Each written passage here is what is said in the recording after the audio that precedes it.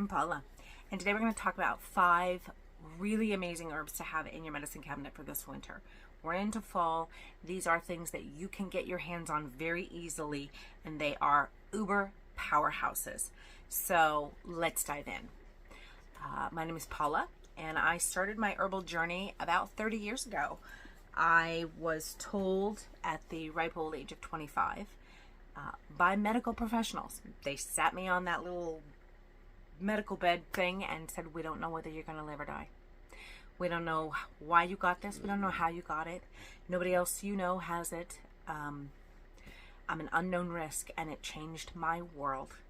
I started looking and searching for answers outside of the medical community because in that case, basically, they just couldn't help me. So I want to preface all of this with, I am not a medical professional. I will never, ever in a million years tell you that you should or should not do something. If you believe that pharmaceutical-based products are the best products for you, then please go do those, and I wish you many, many blessings with that. But I don't think you'd be here if that was the case. And these are things that are available to you, very easy. These are, there's the last one I'm saving for last is, ooh, fantastic. But these are easy to start, easy to do. And it's my passion. It is what I live for. And I'm always looking at new herbs. And these days when somebody says, oh, I'm dealing with this, my brain automatically goes, oh, well, this herb and this herb and this herb. So it's a fantastic thing to have. So let's dive right in. The first thing, and most people know this, is garlic. Garlic is super easy to grow. And if you know me, you know I have a black thumb. I don't grow things well. But garlic is literally, it stimulates immunity. It improves your gut microbes. It's absolutely fantastic for your metabolic and cardiovascular health. This is a powerhouse of an herb. When you, if you want to grow this for yourself, the best time to harvest is about mid-July to mid-August, and you're going to know your garlic plants are ready to harvest. At the bottom of the plant will be just the 2 or 3 little leaves at the bottom will be kind of yellow-brown. And what I love to do is, as my garlic is growing, I will go out in the afternoon and I will trim a couple of the green stems off and then mince them, and I'll put them in the kids' dinner, or, you know, when the husband, I'd put it in his, leave it there and say, what do we want to cook for dinner? I've got this garlic over here. And you can actually sprinkle it on a salad. It's fantastic. But I've grown winter garlic before. It's literally something that I love, love, love to have in my house. Now, the way I use it is a couple of different ways. When I cook food, I change the chemical structure of the food. You can cook out the nutrients, and you can cook it, and you can make it so it's really not got really any healthy benefits to it. So last night I was running, and I'm like, okay, I'm going to cheat and have some ramen. So I took some egg and I whipped that up, and as the ramen's cooking, I drizzled the egg into it, and I didn't salt or pepper it, but as it got to where it was just about al dente, I went ahead and shut the water off and drained out, so I had like noodle and egg, and it's really good. Chicken flavor. But then I have a herb that I put on everything in the winter, and that's one of our herbs we're going to talk about today because it's really amazing. But I took a little bit on a spoon of my minced garlic, and I put it on, and I mixed it in. And so having raw, and it's hot, it's spicy. Garlic is hot and spicy, but that adds immunity. And I always just kind of loved it. My husband used to tell me, you know, when you eat garlic, that absolutely just kills my desire for you. So honestly, if garlic can kill sexual desire, it can kill all those nasty microbes that are trying to get you this winter. I'm just kidding. I'm having fun. The next thing is ginger. And, you know, ginger was, I don't like ginger ale. It was something I never really, if I had an upset stomach, my mom would give me a piece of toast and a 7-Up. But I've discovered that ginger has so many amazing properties. And it increases your serotonin and your dopamine. It helps nausea and motion sickness. I've seen cancer patients be on ginger chews and ginger teas to help with nausea because of the chemotherapy and the drugs they're taking. It helps with anxiety and depression. It helps with PMS. It's a wonderful, wonderful, wonderful drug. Wow, wrong channel. But it's a fantastic herb. When you are growing ginger, it will take about 8 to 10 months. I don't have a lot of luck growing ginger, but if you've got a green thumb and you do a little bit of research, it's pretty easy. With that in mind, if you're going to harvest in October, you know, you want to plant in or around December or January. And it's a root. You have your garlic root, and then what I do with it is I actually take it in my little sealer machine and suckle the air out of it and then freeze it. And then what I'll do is I'll take a little, because I just take little bits of it, and then what I'll do is mix it with like the juice of a lemon and a little apple cider vinegar, a couple other herbs that I've got, and then I'll put it all in my Vitamix and I will emulsify it. And emulsification is you're going to basically take two separate entities and you're going to blend them together so much that they become one. It emulsifies everything into one. And I'll put a link for my favorite blender too, because I can do a bazillion and one things with my blender. And when you're dealing with herbs, dry, wet, whatever it is, your blender is, you want something that's, pardon me, gonna last forever. So, and then I'll do little shots for the week. So I can get up in the morning and take a shot and woo, I'm up and go. The other thing I do with ginger, and I really like this, is I took a little crock pot, you know those little ones you can get at Walmart. I took a little crock pot and I took some avocado oil and I took some castor oil and I took like 2 great big ginger roots and I put those all into my Vitamix and I just ground them down to where they were like a mush, because I wanted every ounce. I didn't want those oils to have to seek anything out. I wanted every bit of benefit I could out of that ginger. And I believe I steeped it in the oil for about 8 hours and then let everything cool, and I strained off the ginger and I put it in a jar. And when I get out of the shower, especially in the winter time, you know, it's cold, and I take my ginger oil and I rub it everywhere, and it helps with circulation. It helps me warm up faster. But in the winter time, if I'm a little congested, and I don't generally get congested, but I'll take a little bit of that. And I have a menthol,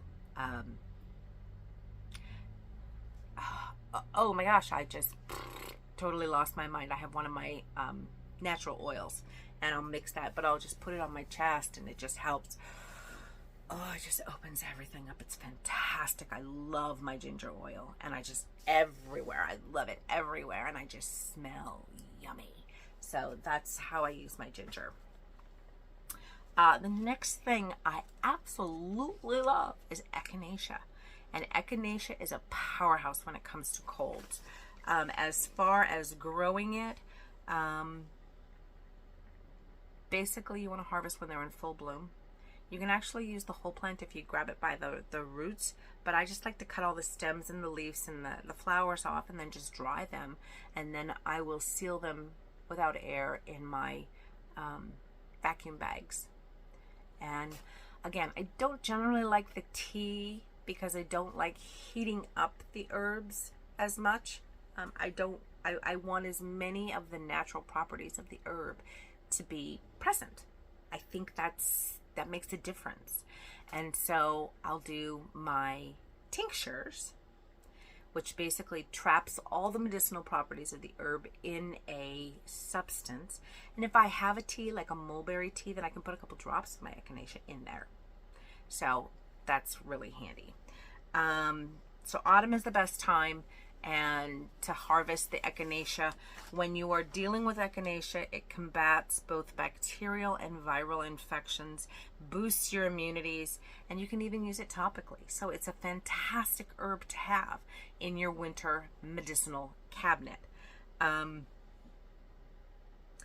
fourth one is, I have absolutely fallen in love with this one, and it is cayenne pepper. And I like a lot of pepper in my cooking, but what I have done is the other night when I did my ramen, I did my ramen with the egg, and I didn't salt, and I have a little bit of truffle salt that's really yummy, but I took my ramen and my egg and I strained off most of the juice. And then what I did was I just, just a pinch of that cayenne pepper on top, and then I put my garlic in. It was fantastic. I didn't need any seasoning. It is amazing. And the thing with cayenne pepper is that it aids in digestion. It aids in circulation. It'll clear your sinuses. It warms you up. It's an absolutely amazing herb. I've heard, I haven't seen the studies, but I've heard it can increase your metabolism. So I'll have to look into that one. And I want to be careful in saying that I've heard it. And so I may have to do some more research into that.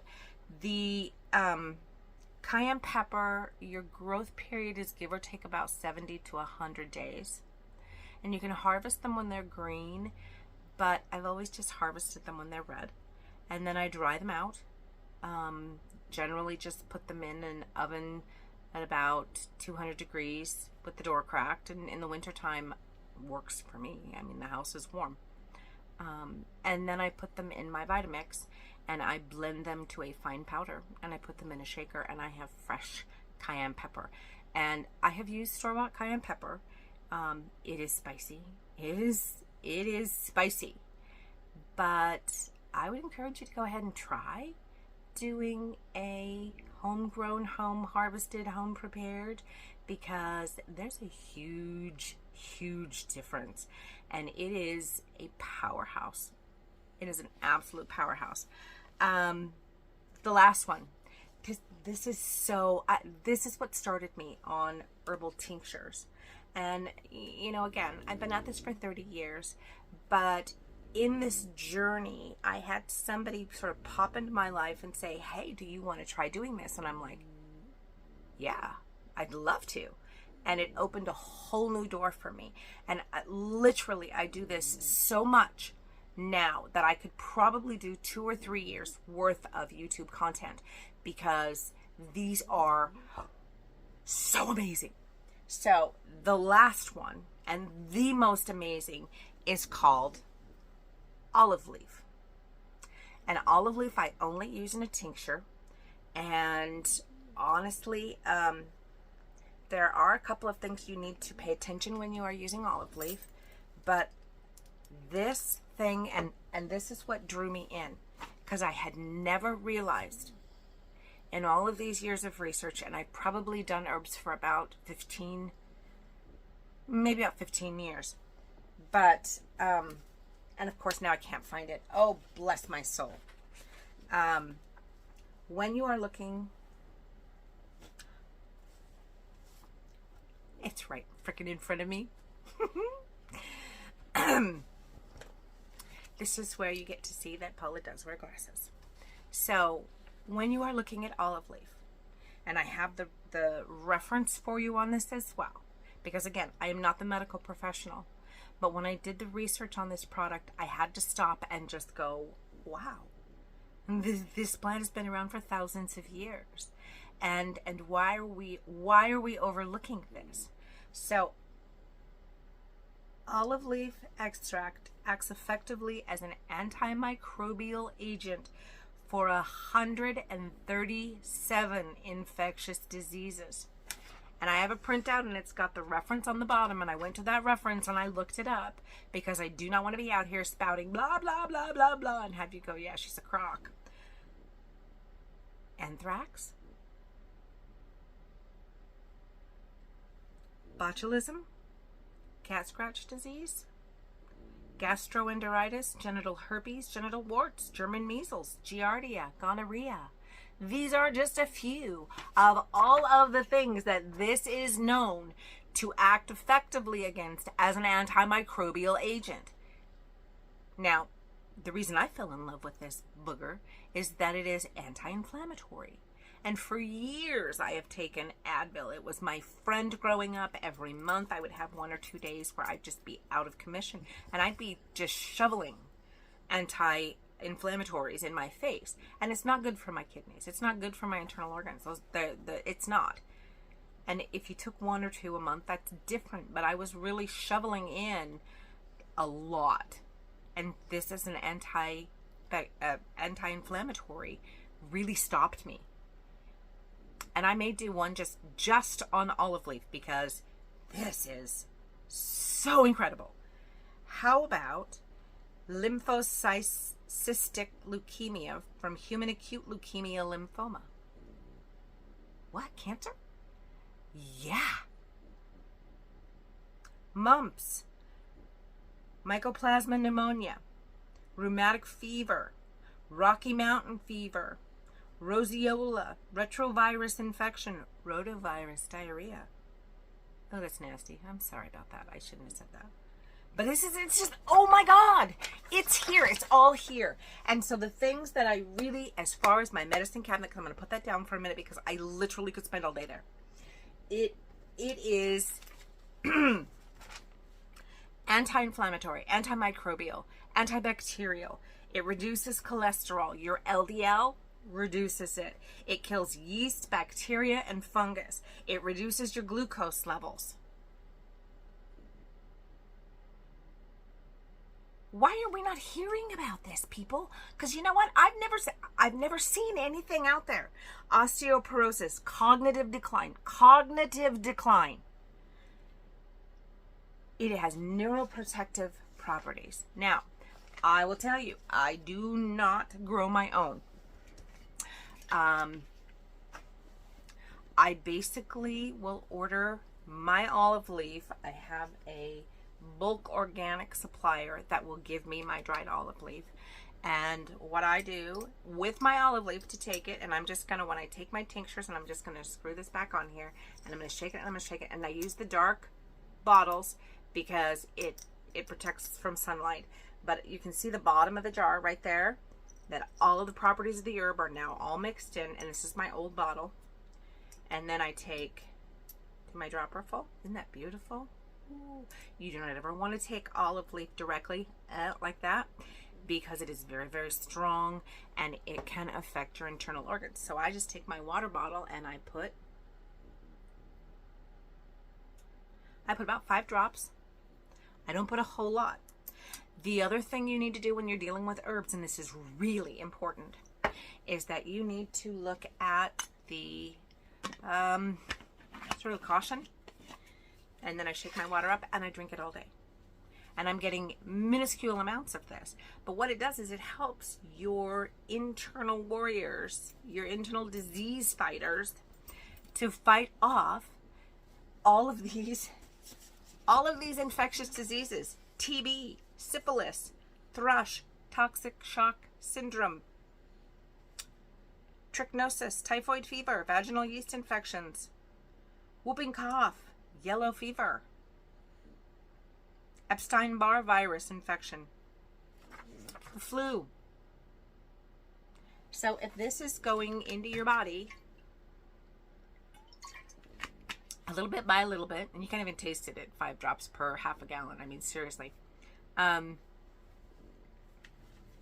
This is a powerhouse.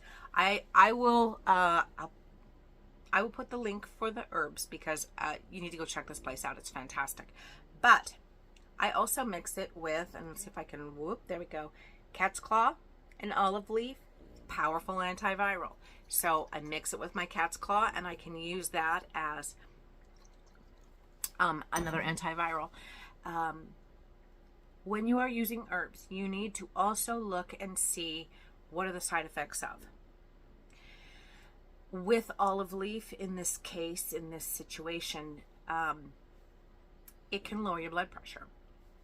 Now, there's a lot of people I know at my age that wouldn't be a bad thing, you know, lowering their blood pressure a little bit. My husband, he had really high blood pressure, so this was something that helped him immensely. And we started with a couple drops, and we started with a couple drops more, and then we got to the point where we really saw the best benefit for him.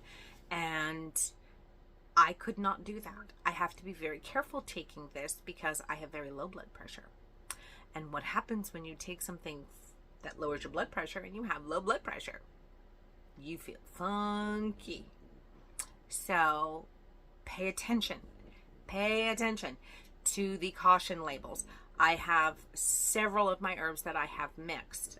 My father, my family members have been dealing with some cancers, and the first thing I did when I learned about these cancers that my family was dealing with was I went out and started looking at what are the best herbs, what are the cautions with each of these herbs, what are the benefits of each of these herbs.